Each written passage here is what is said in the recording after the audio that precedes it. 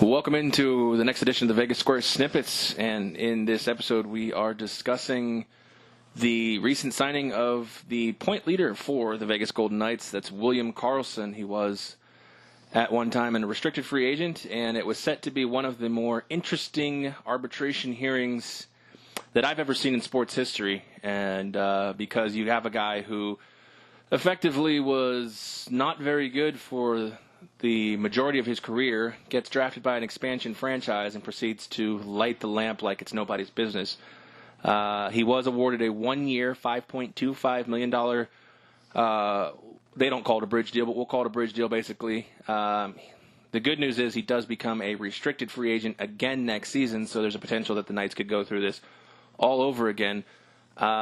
Spike, I know that it was never in doubt that William Karlsson would be a Vegas Golden Knight this year, but what are your initial thoughts on just this whole process?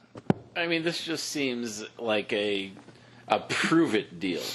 Because, he scored, I just put it away. 43 goals. 43, okay. 43 goals, 35 assists, and the year before that he had 9 goals. Right. So this is give us another at least 30 goals and you'll get paid. And otherwise, it'll be considered a flash in the pan, and the numbers will go way down for him. He'll get money out of it, and the he's going to get paid. Yeah, McPhee's already said that they want to sign him long term, and this was the middle of the season last year. So that he is a priority for this team to sign, but because he's a restricted free agent, they didn't have to hurry the process. Being able to give him this one-year bridge deal basically says, give us 30 goals, we'll give you 5 years at $5.5 to $6 million per. And if he doesn't hit that, then I think if he hits 30 goals, he might get more. He might. He very well could. Mm-hmm. But if he doesn't, then they'll give him 5 years at what, $3.5, $4 million? See, I think if he's around 25 goal scorer, they'll give him right around what Smith and Marchessault make. I think if he gets 33 plus goals, I think he could be looking upwards of the $7 to $8 million range. Really? That's why I think this deal is really tricky. Yes, it's a prove-it deal, but if you're George McPhee at this point, Tony, and you could have offered William Karlsson a deal hovering around this number, 5.25 or 5, for 6 years or 5 years, would you have done it early? Because now if somehow, let's say he does replicate a 40-goal season, he could command $7 or $8 million for long-term deals. Now, again, the ace in the hole for McPhee is that he's an RFA next year. Yes. So we have another bridge, not really a bridge deal, but we have another situation where the arbitrator at that point, if he was a 40-goal scorer, would probably rule him in the $8 million range for 1 year. And then I think, it becomes tricky to re-sign him at that point. Yeah, you're almost looking like almost a franchise tag for football almost at that point. Well, yeah, essentially. But the question I have is that, McPhee's not one always to gamble, but he has made some bad moves in the past when he was with the Capitals. Mm-hmm. I almost felt that maybe if you felt this strongly, because McPhee's a good evaluator of talent, and the scouts and the coaches, I would imagine, are probably the same. They're a lot better than I am. But I feel like getting ahead of the curve and offering Karlsson somewhere, even if you felt it was a low ball, even in the 4.5, 5 years, $20 million, 4 years, 4 years, $20 million, however you want to do it, $4 or $5 million a year. Locking this kid up that way, if he does turn out to be a bust, $5 million doesn't really hurt your cap, especially with guys like Clarkson coming off soon, and a couple guys like Eakin, Derek England. I know Spike's favorite player will be coming off here the next. After next year, more than likely. I feel like a 4-year 20 or a 5-year 20 would have been a good way to get ahead of the curve. And if he blew up, you would be getting a dynamic player for relatively no money.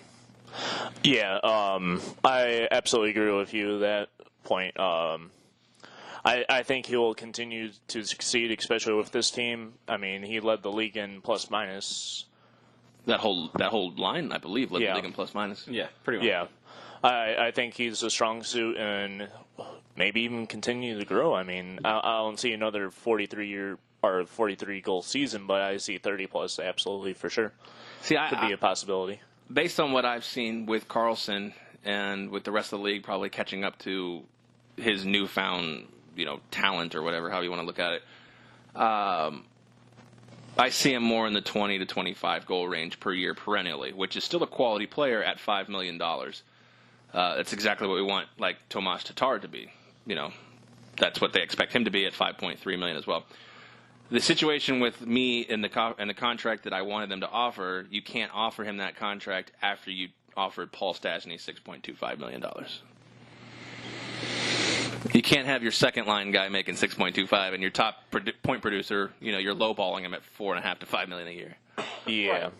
I mean, the problem is Stastny's done it for significantly more years than Karlsson has. Correct me if I'm wrong, but I don't think Paul Stastny's had 78 points in the season. No, he hasn't, but he's had, multiple seasons of not 9 goals. Yes, that's true. That is true. So with this RFA and the re-signing,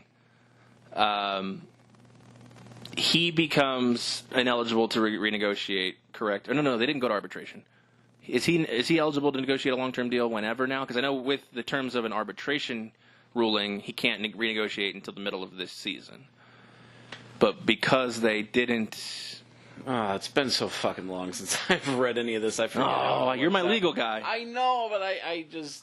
I believe you are correct with that, though. He still can't renegotiate until. No, I believe he can since he didn't go to arbitration. Okay, so what do you do if you're McPhee? Do you get ahead of the curve? Do you wait until the middle of the season, or do you gamble and wait till the end?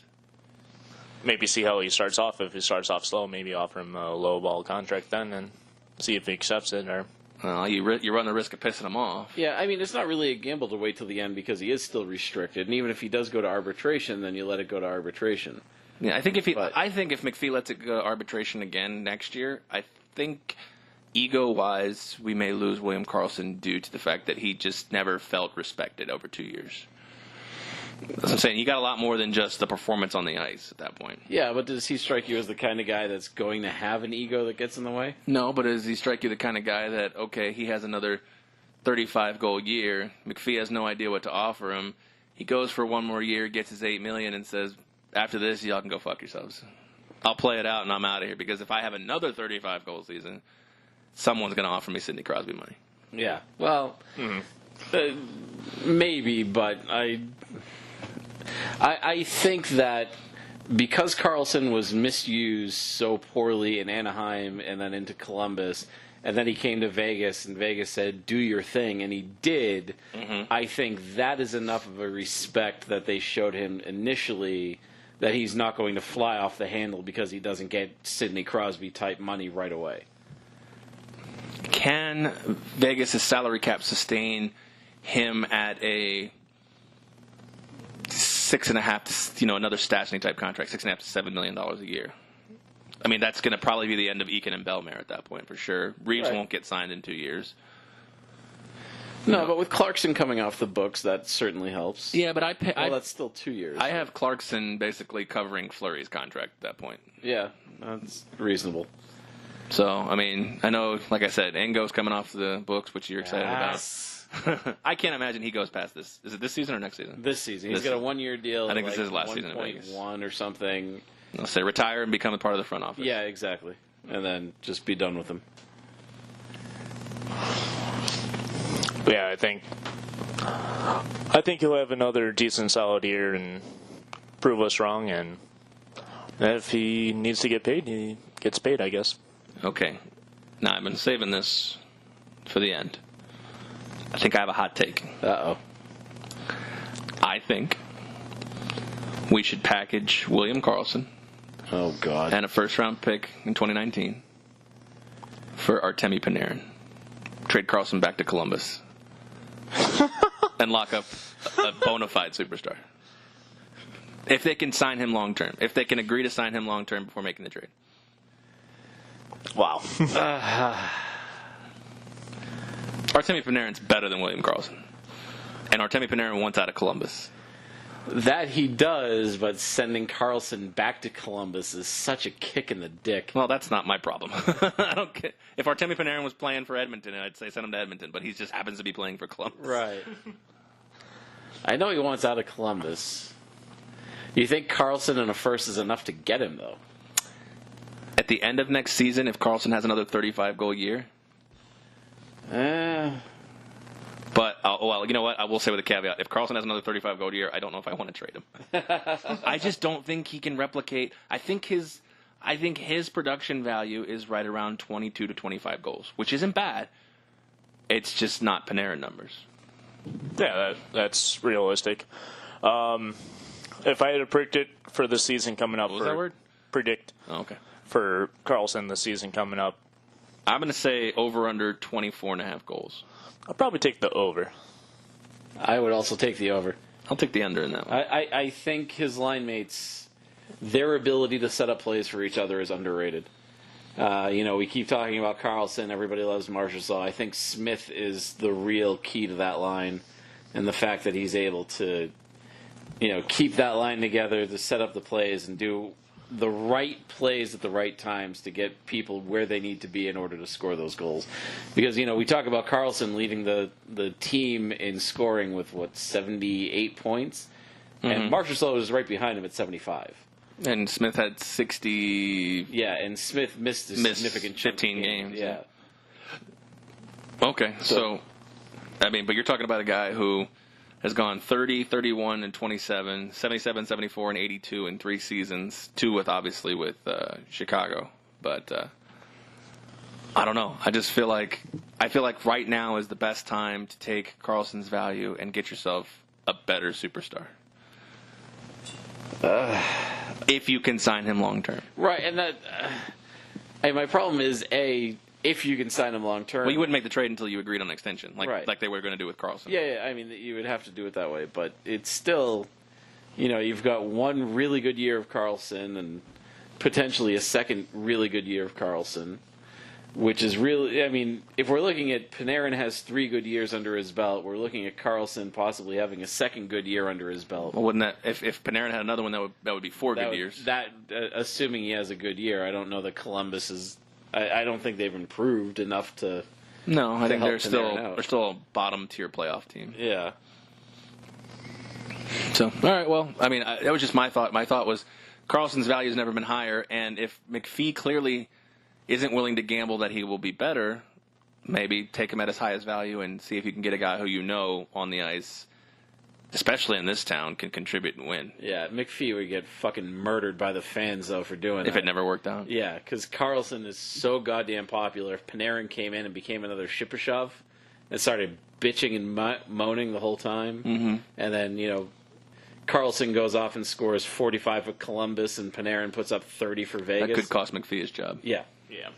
Fair enough. All right, well, we appreciate the input. This has been another Various Squares snippet. We will catch you on the next one.